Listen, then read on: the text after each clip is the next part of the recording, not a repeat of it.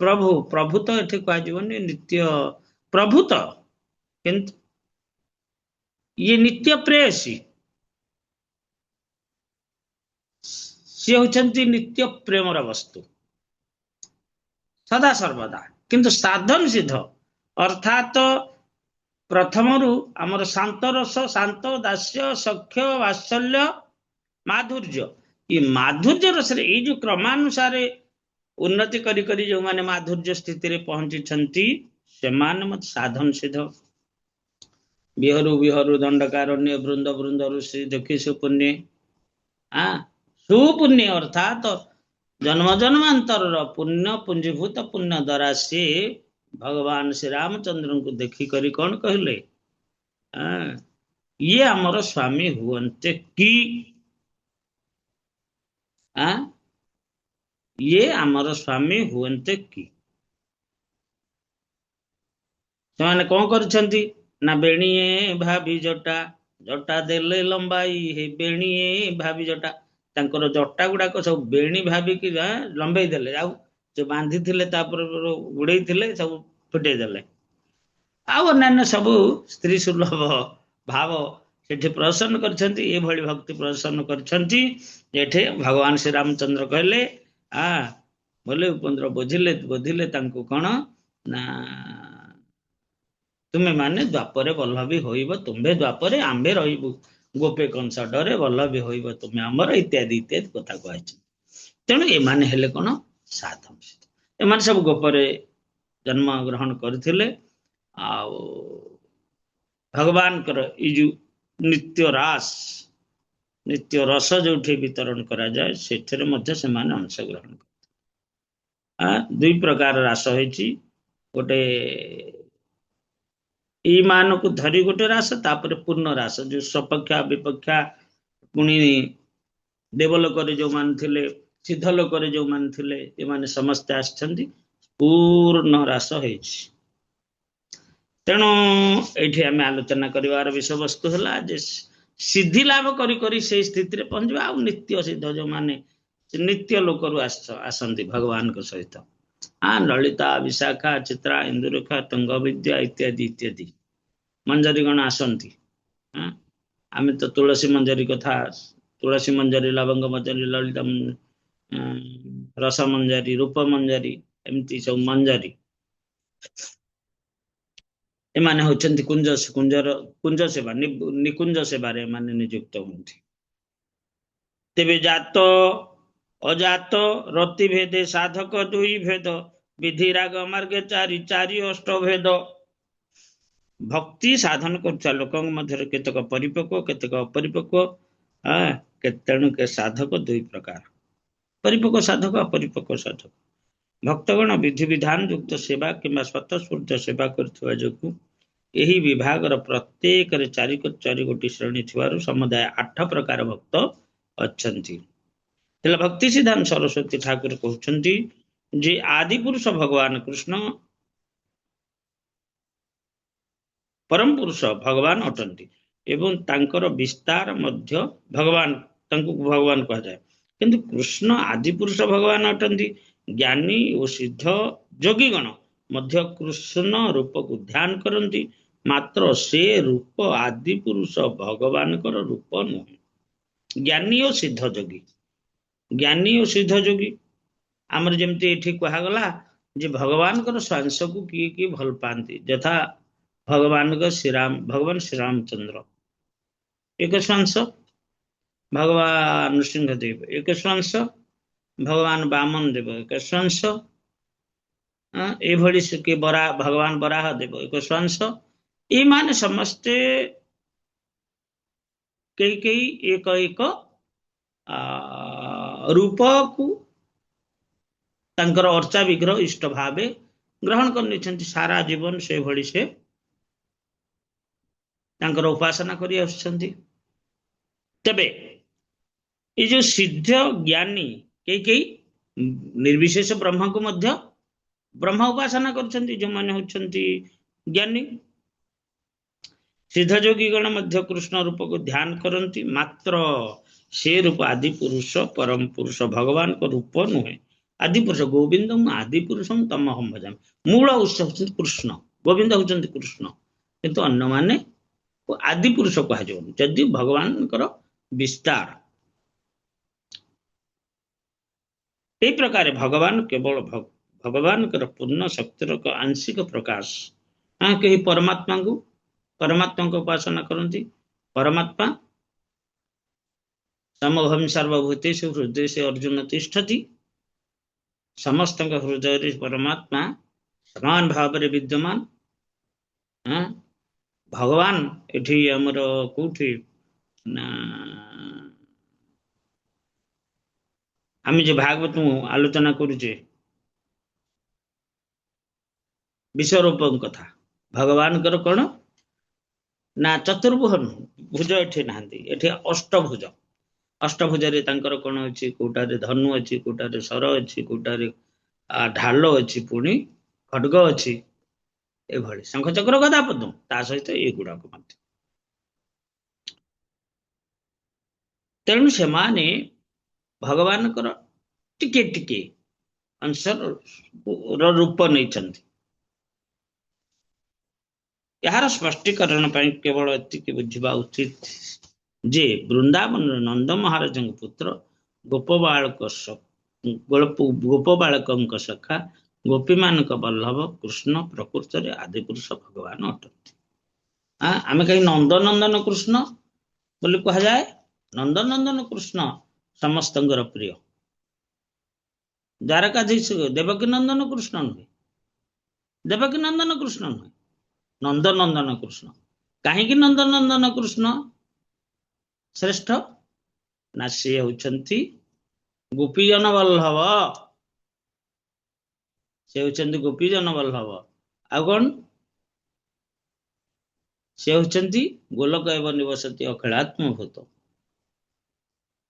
से होती आदि पुरुष सी होती गोविंद तेणु गोलक एवं निवसती अखिलात्म भूत समस्त आत्मा स्वरूप भगवान श्रीकृष्ण हाँ वेणु कणतरंग अरविंद दलायतक्षम भरवतन समसितांबोध सुंदरंगम कंदर्प कोटि कमनीय विशेष गोविंदम आदि पुरुषम तमहम भजामि सी होचंदी मौलिक कृष्ण मौलिक भगवान आदि पुरुष तांकु स्वतःस्फूर्त प्रेम द्वारा लाभ करा जाए तांकु जोग साधना द्वारा नुहे कि ज्ञान साधना द्वारा नुहे केवल भक्ति प्रेम भक्ति द्वारा स्वतःस्फूर्त प्रेम स्वतःस्फूर्त प्रेम केतबेले उदय होबो केतबेले उदय होबो स्वतः प्रेम उदय होबो केतबेले होबो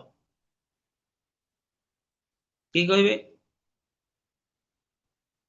केतबेले स्वतःस्फूर्त प्रेम उदय हेबो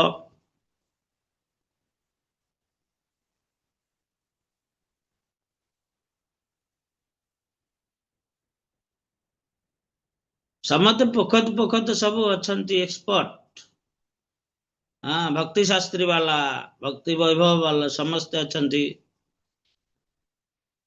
स्वतःस्फूर्त प्रेम केतबेले उदय हुए हरे कृष्ण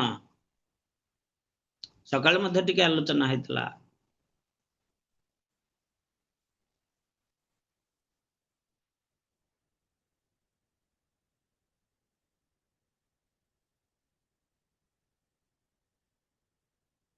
विश्वभंजन मेहता जी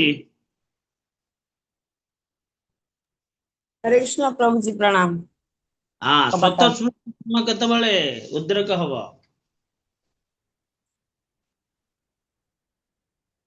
सेटर प्रभु जी को अंश दे भाव बने सेटर चित्त मात्र मागे प्योर शुद्ध नाम जतले हबो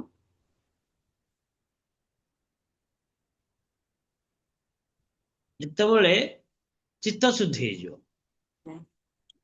जितेबेले चित्त शुद्धि हो सेतेबेले स्वतः प्रेम बोले कौन कि स्वतः आकर्षण प्रेम अर्थ आकर्षण स्वतः आकर्षण अर्थात अन्य अभिलाष शून्य जोटा कह कौन प्रकार कामना नथिबो मौलिक प्रेम मौलिक आनंद उदय हेबो सेतेबेले बुझिले कि आत्मार लक्षण है आनंदमय ज्ञानमय सचित आनंद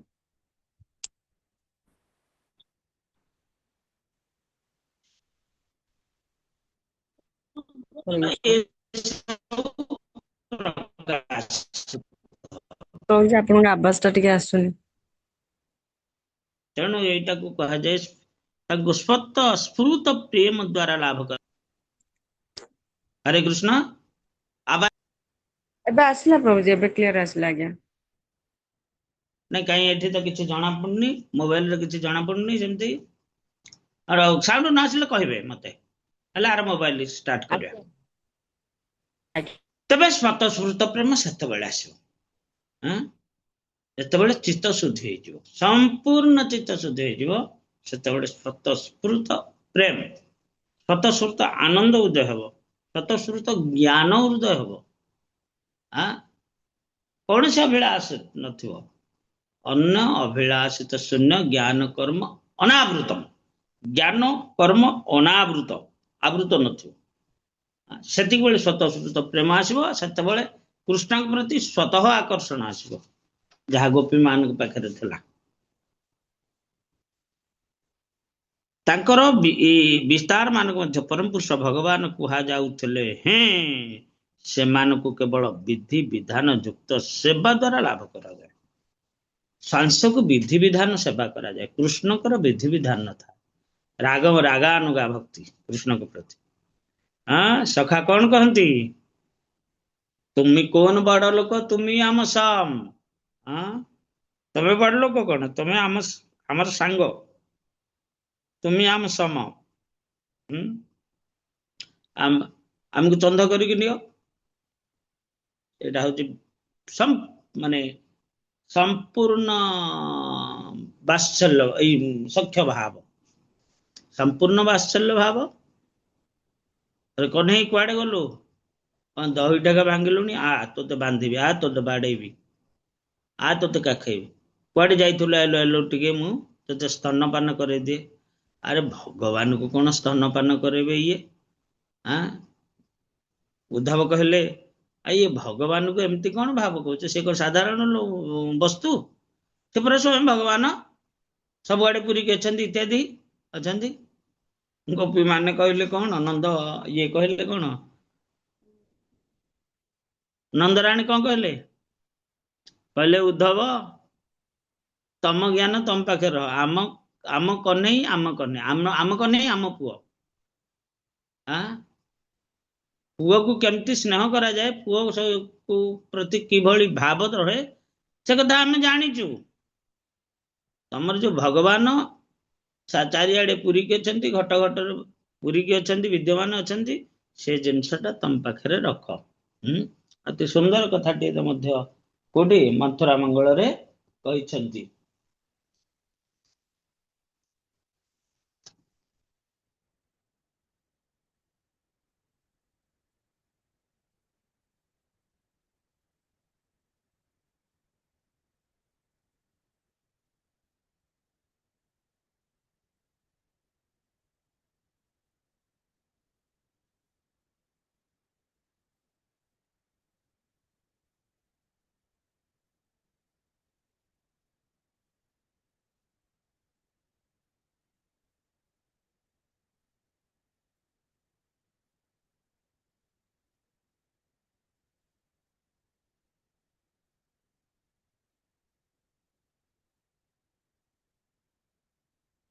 ଭଗବାନଙ୍କ ପ୍ରତି ଅତି ନଗଣ୍ୟ ଭାବ ଯୋଉଟାକୁ ସେମାନେ ପ୍ରକାଶ କରୁଥିଲେ, ସିଏ ଆମ କୃଷ୍ଣ, ଆମ ପୁଅ, ଆମ ସାଙ୍ଗ, ଆମ ସଖା, ଏଭଳି। ତେଣୁ ଭଗବାନଙ୍କୁ ମଧ୍ୟ ସେ ଗାଳି କରୁଛନ୍ତି। ରାଧାରାଣୀ କଣ ଗାଳି କଲେ? ଆମର ଶିକ୍ଷାଷ୍ଟକର ଶେଷ ଶ୍ଲୋକଟା କଣ? ଆଶିଳିଶ ପାଦରୁ ତାମ୍ପି ନଷ୍ଟ ମା ଅଦର୍ଶନାତ୍ମ ମହାତ୍ମ କରୁତୁ ବା ଯଥା ତଥା ବା ବିଦଧାତୁ ଲମ୍ପଟ ମତ ପ୍ରାଣନାଥ ଶୈବନ ପର। ଆପଣ ହେଲେ ଲମ୍ପଟ, ଅନ୍ୟ ନାରୀ ଯୁକ୍ତ। ସେଇଭଳି ମତେ ମଧ୍ୟ ଆପଣ ଯଦି ପ୍ରତ୍ୟାଖ୍ୟାନ କରନ୍ତି ଅନ୍ୟକୁ ଗ୍ରହଣ କରି, ତାହେଲେ ମଧ୍ୟ ଆପଣ ମୋର ପ୍ରିୟନାଥ, ଆପଣ ମୋର ପ୍ରାଣନାଥ, ଆଉ କେହି ନୁହନ୍ତି। ଆପଣ ମତେ ଗ୍ରହଣ କରନ୍ତି, ଗ୍ରହଣ ନ କରନ୍ତି, ଗ୍ରହଣ ନ କରି ଫୋପାଡ଼ି ଦିଅ, ହେଲେ ମଧ୍ୟ ଆପଣ ମୋର ପ୍ରଭୁ। ସେ ସବୁ କହିଛନ୍ତି ଗୋପୀ ମାନେ, ଅତିହୀନ ଜାତି ନିଚରେ ପିରତି, ସୁଜନ କଥା ଟୁକି ବିଷ, କହେ ବିଦ୍ୟାପତି ଶୁଣ ହେ ନୃପତି, ପୁରୁଷେ ନଜୀବ ବିଶ୍ୱାସ। ଉଦ୍ଧବ କହିବଟି ଗୋପୀନାଥଙ୍କୁ, କର ପଲ୍ଲବର କନିଷ୍ଠା ମୁଦ୍ରିକା, କଙ୍କଣ ହୋଇଲା ଭୁଜକୁ। ତାଙ୍କ ବିରହରେ ତାଙ୍କୁ ଝୁରି ଝୁରି ଆମର କର ପଲ୍ଲବର କନିଷ୍ଠ ମୁଦ୍ରିକା, କର ପଲ୍ଲବର କନିଷ୍ଠ ମୁଦ୍ରିକା କଙ୍କଣ ହୋଇଲା ଭୁଜକୁ। ଏ କାଣି ଆଙ୍ଗୁଠିର ମୁଦିଟା ବର୍ତ୍ତମାନ କଙ୍କଣ ହେଇଗଲାଣି, ଅର୍ଥାତ ଆମେ ଅତି କୃଶ ହେଇଗଲୁଣି ତାଙ୍କୁ ଝୁରି ଝୁରି। ଉଦ୍ଧବ କହିବଟି ଗୋପୀନାଥଙ୍କୁ। କାକପୁରେ ଯାଇ ପିକ ଅଣ୍ଡ ଯେ, ଫୁଟି ସେହି ବନେ ରହି ଥାନେ ରହିଲା, ଦିନୁ ଦିନୁ ପିକ ଚତୁର ହୋଇଣ, ଗୋତ୍ର ସୁତରି ଉଡ଼ିଗଲା। ଏଇ ଆମ ପାଖରେ ରହିଲେ, ଆମ ପାଖରେ ବଢିଲେ, ଆମ ସାଥିରେ ଖେଳାଳିଳା କଲେ, ସବୁ କଲେ, ଯେମିତି ତାଙ୍କର ଡେଣା ଲାଗିଗଲା, ସେ ମଥୁରାପୁରକୁ ପଳିଲେ, ହଁ ମୁଁ ରାଜପୁତ୍ର ବୋଲି। ଏଇଭଳିଆ ଭାବ, ଏଇଭଳି ଆମକୁ ପ୍ରତ୍ୟାଖ୍ୟାନ କଲେ। ତେଣୁ ଉଦ୍ଧବ କହିବଟି ଗୋପୀନାଥଙ୍କୁ, କର ପଲ୍ଲବର କନିଷ୍ଠ ମୁଦ୍ରିକା, କଙ୍କଣ ହୋଇଲା ଭୁଜ। ଏଠି ଆଉ ଗୋଟେ କୁହାଯାଇଛି, ବୋଲେ ଖଟିଥିଲୁ ତାଙ୍କ ପାଦ ପଦ୍ମେ ଅତି ଭରସା କରି, ଗୋପ ଗୋଇ ଭଗପତି ପତି ଶିଖର ଚକ୍ରର ପ୍ରାନ୍ତ ତ୍ରିଅକ୍ଷରେ ନ ଦେଇ ଖୁରକୁ, ଆମ୍ଭ ଗଳେ ଦେଇ ଇଣ ଗଲେ, ଅର୍ଥାତ ସିଏ ଆମ ଗଳାରେ ଖୁର ଦେଇକି ଚାଲିଗଲେ। ଏଇଭଳି ଭାବେ ଗୋପୀ ମାନେ କୃଷ୍ଣଙ୍କ ପ୍ରତି ଏଇଭଳି ଭାବ ବ୍ୟକ୍ତ କରୁଛନ୍ତି। ଆଉ ମଥୁରା ମଙ୍ଗଳରେ ଅତି ସୁନ୍ଦର ଭାବରେ ମଧ୍ୟ କହିଛନ୍ତି,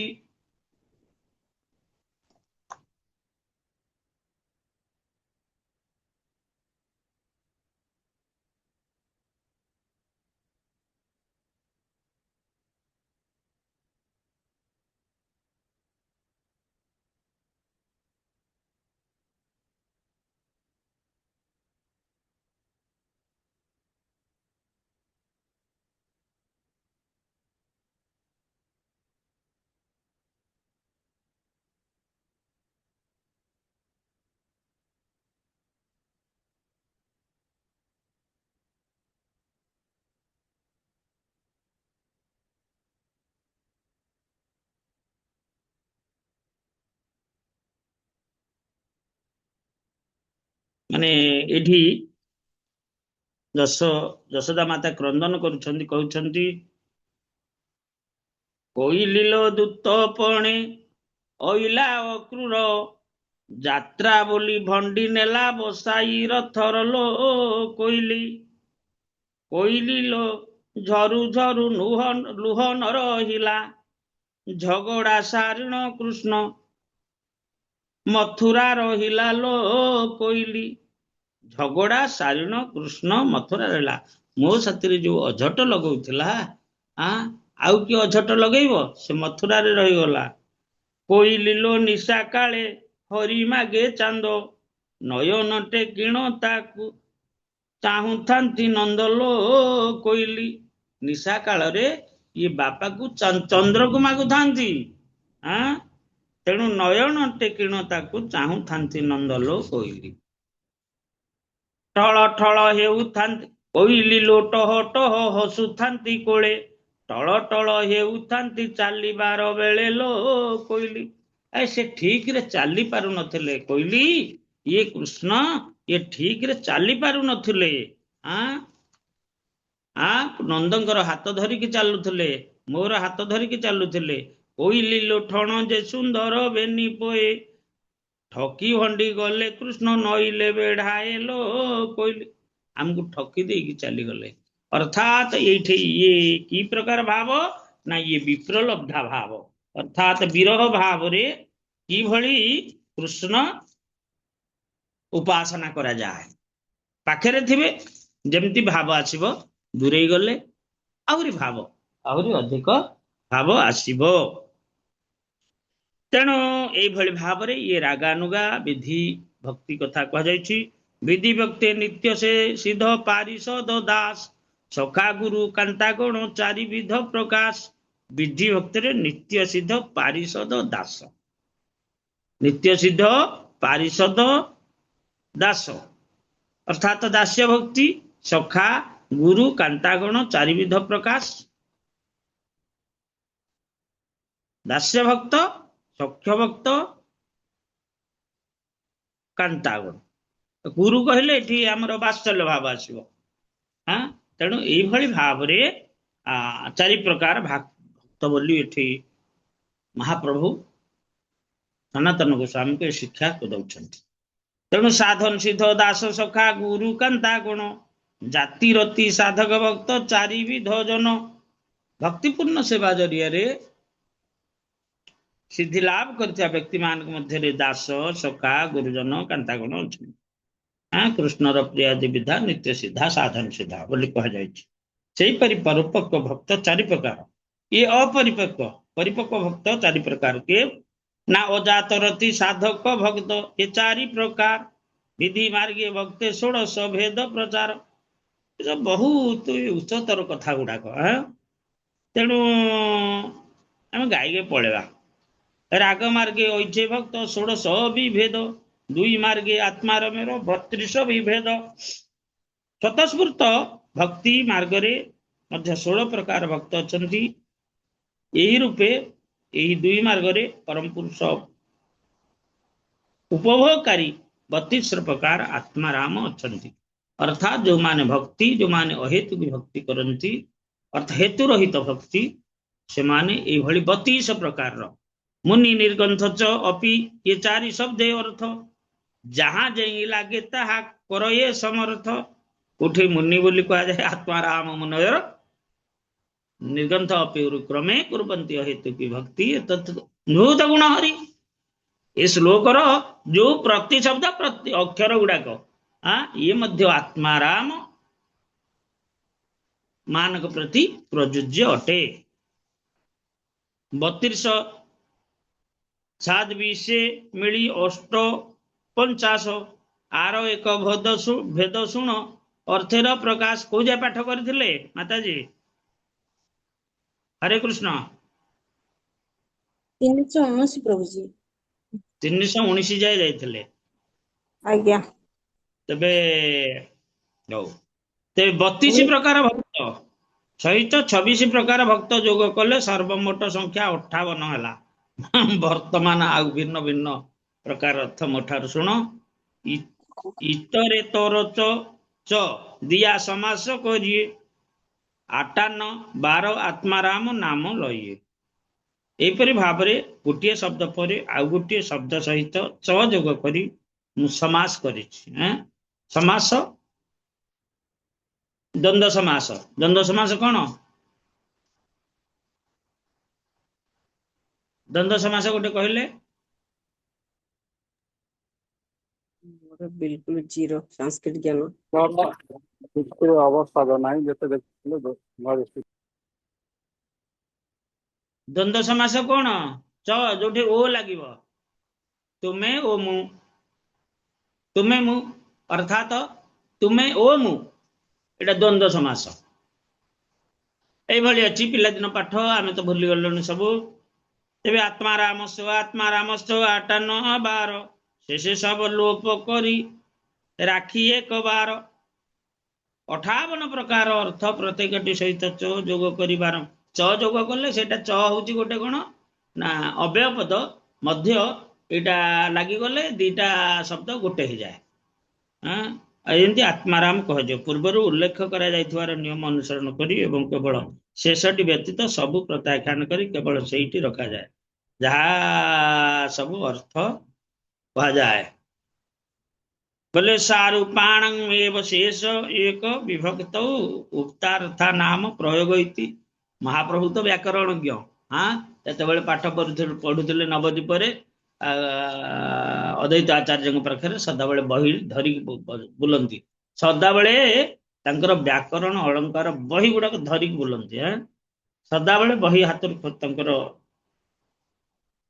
केतबेले छाड़न्तिनि तेणु एई जो सूत्र एटा पाणिनिकर व्याकरण सूत्र आछि आता आटा आटान्न चौकारीर सबलोप होय एक आत्मा राम सधे आटान अर्थ होय च शब्द सहित मिश्रण प्रत्याहार करि नियागले मध्य तथा केवल आत्मा राम 58 प्रकार विभिन्न अर्थ बुझा जाए अश्वस्थ वृक्षाश्च वट वृक्षाश्च कपिथ वृक्षाश्च आत्मा आम्र वृक्षाश्च वृक्षा कड़ अश्वस्थ वृक्ष वट वृक्ष कैठ वृक्ष आम्र वृक्ष सबु हेले वृक्षा वृक्षा कहले बा गछ माने कहले सबु गछ सेतरे आसिले आम ये जो अश्वस्थ वट कपिथ एरा को छाड़ी देगी केवल वृक्षा जदि कहवा वृक्षाः फलम् ददाति वृक्ष माने फल दान करंती तेबे वृक्ष शब्द बहुवचन बट अश्वस्थ कैठ आंब इत्यादि सब वृक्ष को बुझाए किंतु सब गुड़ाक छाड़ी देकी केवल वृक्षाः कहले वृक्ष माने कहले समस्त ता भितर आसबे अस्मिन् वन्ये वृक्षाः फलन्ति जैछे हय तैछे सब आत्माराम कृष्णे भक्ति करय अस्मिन् वने वृक्षाः फलन्ति एई वनरे वृक्ष माने फल दियंती ताले एठी कोन हला ये वृक्षा कहले से कौ वृक्ष एटा बुझौची हरे कृष्ण एटे वृक्षा कहा गला कौ वृक्ष को बुझौची प्रदीप प्रभु आज्ञा दंड प्रणाम प्रभु हाँ कौ वृक्ष को बुझौची वृक्षा कहले बड़ वृक्ष लता वृक्ष लता सब हारामणि माता जी बाहर अछि तो अस्वस्थ वृक्ष बट सब वृक्ष को बुझौची ए जो चारटा वृक्ष पड़ले बट अस्वस्थ कैथ आंब चारिटा सब वृक्ष को बुझौची अस्मिन् बणे अस्मिन् वने वृक्षाः फलन्ति वृक्षाः ए बणे रे जेते सब बण वृक्ष अछंती समस्त फल प्रदान करूछंती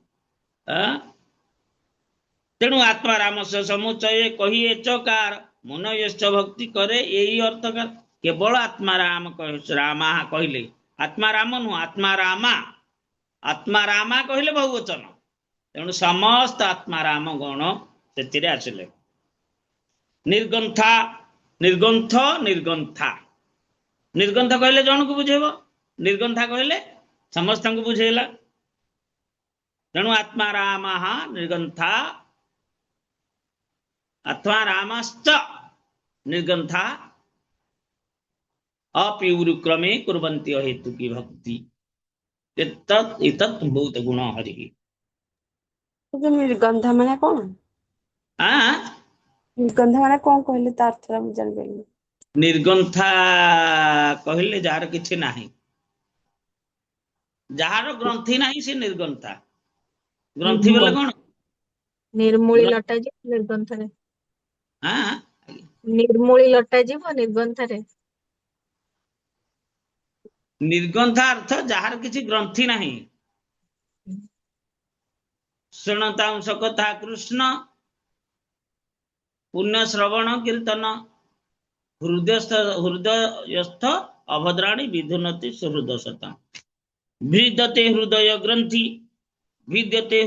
ग्रंथि छिन्दन्ते सर्व संशया क्षीयन्ते तस्य कर्माणि दृष्ण एवात्मनीश्वरे जार ग्रंथि नाही ताकू काम करबा को से कोनोसी काम करबा को इच्छा होनी ताकू निर्गंथा कहा जाए ग्रंथि थिले कर्म ग्रंथि थिले कर्म करबा को प्रेरणा दबो ज्ञान ग्रंथि थिले ज्ञान पाठ अभ्यास करबा को प्रेरणा दबो एभଳି विभिन्न प्रकार जो ग्रंथि अछि सब हृदय रे से ग्रंथि निर्गंथा कहा जाए जार सब ग्रंथि लोप पाई जाइछि भिदते हृदय ग्रंथि छिन्दन्ते सर्व संशयाः क्षीयन्ते तस्य कर्माणि दृष्ट एवात्मनीश्वरे ये जो ग्रंथि अर्थात कर्म करिवार जो प्रेरणा दउछि हृदय जो इच्छा शक्ति से सब तांकर न थाए तथापि सेमाने कुर्वन्ति हेतु की भक्ति एतद्भूत गुण हरि भगवान कर यह हउछि अत्याचर्य गुण तांकु मध्य से आकर्षण तांकर किछि करिया इच्छा न थाए किछि करिया इच्छा न थाए किंतु हेले मध्य तांको आकर्षण करंती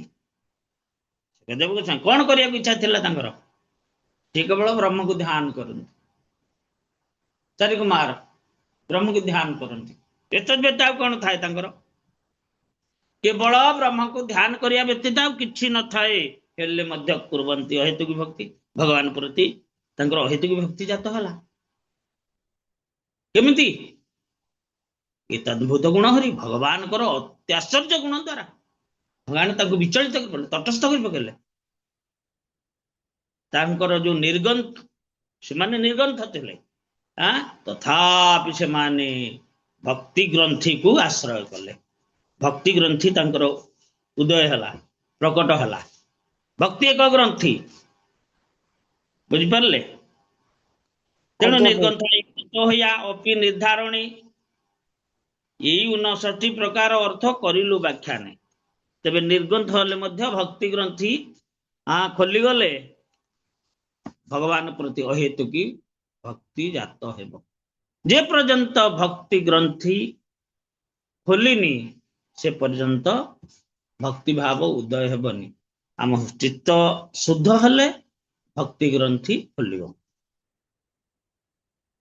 सर्वसमुचय आर एक अर्थ हय आत्मारामश्च मुनय निर्गंथाश्च भजय ये समस्त एकत्र करिनेले आउ एक अर्थ पाए आत्माराम हुंतु बा महर्षि हुंतु बा निर्गंथा हुंतु समस्ते निश्चय भगवान को सेवारे नियुक्त हेबे तेबे गोटी कथा आपण बुझिले निर्गंथी कहा कहा जाए जार कोनोसी इच्छा न थाए कोनोसी जिनिस इच्छा करिया को न थाए कोनोसी जिनिस भोग करिया को इच्छा न थाए तार से ब्रह्म उपासना करुथिबे केवल ब्रह्म को चाहिथिबे आउ किछ न थाए सेथुर मध्य आनंद मिले ना निर्गंथ किछि तो करिया को इच्छा न थबो तेणु ब्रह्म उपासना करुथ किंतु जेतेबेले भक्ति ग्रंथि खोली जाए कोनोसी सद्गुरु कृपारू से सद्गुरु किए से विधि ही पारंती शिवजी ही पारंती नारद ही पारंती चारि कुमार ही पारंती एमान को कृपारू यदि भक्ति ग्रंथि खोली गला ताहाले अहेतु की भक्ति कलना करि परिबेनी सेमानकर भक्ति को अपि शब्द अवधारण से ही 4 बार 4 शब्द संगे एक करिवे उच्चार उरुक्रमे भक्ति में अहेतु की मेव कुर्वन्ते एव उरुक्रम भक्ति अहेतु की कुर्वन्ति कुर्वन्ति अहेतु की भक्ति उरुक्रमे तेबे एव एव एव लागिला एवटा कोन ना अव्ययपद एव अर्थ कोन मध्य बा परि तेबे ये सब लागी कि ये 4 शब्द को गोटे गला तेणु ये सबु जाक कुर्वन्ति अहेतु की भक्ति उरुक्रमे भगवान उरुक्रम सर्वशक्तिमान भगवान यही तो कहलु श्लोकर 6 संख्यक अर्थ आरो एक अर्थ सुन प्रमाण समर्थ महाप्रभु कहउचंती सनातन शुणुचंती महाप्रभु कौन कहउचंती एठी लिखा है जे आमे बुझी पारने किंतु सनातन गोस्वामी बुझी पारथिले बुझी पारले कि भली गुरु कि भली शिष्य आत्मा अर्थ कौन ना आत्मा शब्द कहे क्षेत्रज्ञ जीव लक्षण ब्रह्मादि कीट पर्यंत तार शक्ति ते गणन आत्मा अर्थ एक शक्ति जाको कहा जाए क्षेत्रज्ञ अर्थात जी शरीर रे अवस्थान करे ताको आत्मा कहा जाए ब्रह्मादि कीट पतंग तार शक्ति ते गणन ब्रह्मा ठारू कीट पर्यंत सब मध्य सेतिर अंतर्गत अटन विष्णु भक्ति पर प्रक्ता क्षेत्रज्ञ तथा परा अविद्या कर्म संज्ञा तृतीय शक्ति उच्यते विष्णु भक्ति परा प्रक्ता विष्णु शक्ति किए से ना आत्मा क्षेत्रज्ञ अर्थात सही आत्मा जे क्षेत्र को जाने से क्षेत्रज्ञ क्षेत्र को किए जाने आत्मा तथा परा से चिन्मय अविद्या कर्म संज्ञा किए से तृतीय शक्ति रुचे भगवान भगवान कर तृतीय शक्ति किए से माया अंतरंगा तटस्था तापर बहिरंगा शक्ति हला किए से माया शक्ति हाँ ये होची अविद्या अविद्या कर्ममयी माया शक्ति विष्णु पुराण उद्धृत होइछि। क्षेत्रज्ञ आत्मा पुरुष प्रधानम प्रकृति स्त्रियाम। क्षेत्रज्ञ आत्मा पुरुष प्रधान। क्षेत्रज्ञ शब्द जीव उपभोक्ता मुख्य भौतिक प्रकृति स्त्रियाम। तेबे आत्मा पुरुष प्रकृति है किए ना भौतिक जगत प्रधान प्रकृति जो प्रधान है प्रकृति स्वरूपा आउ क्षेत्र के आत्मा है पुरुष। आमर भाषा कौशल सर्ग विसर्ग उद्धृत। भ्रमिते भ्रमिते जदि साधु संग पाए सर्वते जितबे ते हो कृष्ण रे भजाय। हरे कृष्ण कनक्लूजन को आसले कौन एते दिन बसी बसी बसी बसी ब्रह्म उपासना करुथिले कौन है कहीं तो सेत कृष्ण के प्रति अहितुकी भाव आसु नथिला सुखदेव गोस्वामींकर आसुथिला कि आसु नथिला केमिति आसिला भ्रमिते भ्रमिते जदि साधु संग पा जेतेबेले व्यासदेवंकर शिष्य मान द्वारा भागवत ज्ञान करा जो स्तंभन मोहन वश्य उच्चाटन ये श्लोक गुड़िक भागवत जिते गान करा वराह पीड़ नटवर बभु कर्णिकारम विव्रत वास कन कपिश भजंती चमाणाम रंध्रान अधर सुधरा पुराण गोप वृंदई वृंदारण्य सप्रद रमण प्राविशद गीत कीर्ति। हाँ हाँ हाँ सुखदेव गोस्वामी कहले ये कौन एमती कहले एमती कहले एमती की अच्छी एमती की पुरुष अच्छी।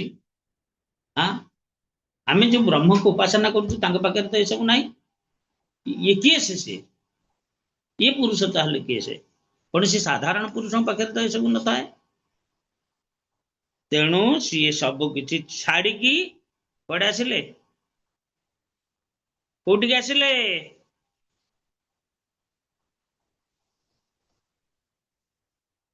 कौटी आसिले सुखदेव गोस्वामी सब छाड़ी कृष्ण भजिया ପାଇଁ କି ଆସିଲେ କୃଷ୍ଣର ଭଜରେ कौन करिया साधु संग पाइकी कृष्ण भजिया ପାଇଁ ଆସିଲେ ଏଠି ସବୁ ତେଜେ तबे तो ही कृष्णर भजाए। हाँ सी सब तो तपस्या छाड़देले आसिले कृष्ण भजन करने कृष्ण भजन कौटी कले आसिकी साधु संग पाइकी कौटे भजन कले आसिकी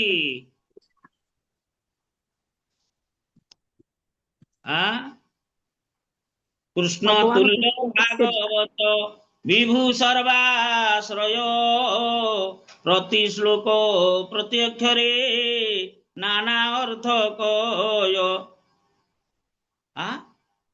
यही जो भागवत कृष्ण स्वरूप भागवत ताको अध्ययन करिया पाई अध्यगात महत्वाख्यान नित्य विष्णु जन प्रिय से सी आसीगले तपस्या त्याग करी व्यासदेव पाखक आसिले अध्यज्ञात महत्वाख्यान ये महत्वाख्यान भागवत को शिक्षा करने। हाँ ये भगवान को विषय शिक्षा करने भागवत शिक्षा करने आसीगले व्यासदेव निकट को कृष्ण सधाम उपगते धर्म ज्ञान आदि विषय कलौ नष्ट अदृशांग ये पुराण अर्क अधुनोदित पुराण अर्क पुराण सूर्य भली से उदय हेले भागवतम कृष्ण सधाम उपगते भगवान स्वधाम को चली जावा पर भागवत उदय है। हाँ ये हूँ तेणु यही मत कहलु एक श्लोक व्याख्यान बातुलेर प्रलाप करी के करे प्रमाण एक बातुल पागल भली ये सब प्रलाप करिछि। तेणु आमा हेन जे केह बातुल हय यही दृष्टि भागवतर अर्थ जना जे बाउल पागल हब ये भागवतर कथा से ही ठीक भाव में वर्णना करि परिब आ भगवान कथारे अहितुकी भक्ति करि परिब जेतेबेले से पागल हब केतेबेले पागल हब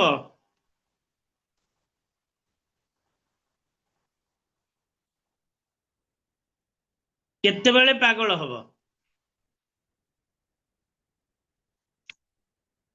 व्यक्ति केतेबेले पागल हब कि मंत्र दी लागो साई कि तार बल तापरे सकाळे गाइथिले किए से कहबे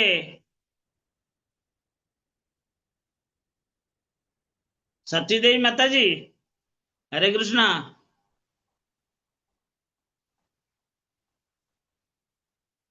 सची देवी माता जी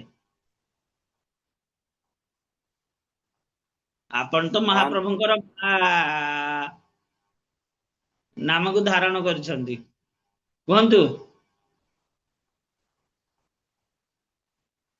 रासराणी हाँ माता जी प्रभु कौन पचारे हरे कि हरे कृष्ण प्रभु दंडवत प्रणाम। आई कि मंत्र दी लागू साई कि तार बल तार पदटा कौन मने पड़ुनी मन पड़ुची सकाळे पाठ होइतिला कौन प्रथम वार्ता कहले आ टिके कि मंत्र दी लागू साई कि तार बल आ किए से कथा मन पड़ुची आउ केमिति आपण कृष्ण भजन करिवे कोरा मन पड़ुचे एइने आधा घंटा को तलर कथा भी मन पड़ुनी आउ सकाळ कथा कौन मन पड़े आगे कृष्ण मने पडुछंती ना नाही कृष्ण तो मन पड़ुसंती मन पड़ियोनी कहीं तेणु कि मंत्र दी लागू साई कि तार बल जपिते जपिते मंत्र हईली पागल महाप्रभु आगे कहते का पाखु प्रकाशानंद सरस्वती पाखरे आगे आ से पचारले तमे कोन एमती नाच करूछ ना मु कोन मु नाच करूची आगे मो गुरु एई शिक्षा मते देइछंती मु एक मूर्ख मु वेदांत पढ़िबार अधिकार नाही तेणु मो गुरु एई मंत्रटी देइछंती कहले एइटी जप कर जेतेबेले पागल आसब कृष्ण भाव को उदय हेब सतसुरत प्रेम जो कथा कहते उदय हेब सेतेबेले पागल भली प्रलाप करिवो तेणु एइठी सेई कथा कहा जायछि जेतेबेले एइठी महाप्रभु निजे कहिसंती जे मु पागल हेले ही भागवतर अर्थ प्रकृत अर्थ से व्यक्त करिवो तेणु आमा हेन जेबा केह बा तुल हय एई दृष्टि भागवतर अर्थ जानय 323 श्लोक एस किछि मनरु कहा जाउनी 323 श्लोक रे अछि बुझिले हौ जहा कृष्ण को इच्छा महाप्रभु को इच्छा आमे कोन आको जय श्री प्रभुपाद की जय उपस्थित गौर भक्त वृंद की जय गौर प्रेमानंदे हरि हरि बोल समस्त को धन्यवाद दंडवत प्रणाम हरे कृष्णा हरे कृष्ण समस्त दंडवत प्रणाम आरामणी हरे माता जी कौन दी उठिलेनी कौन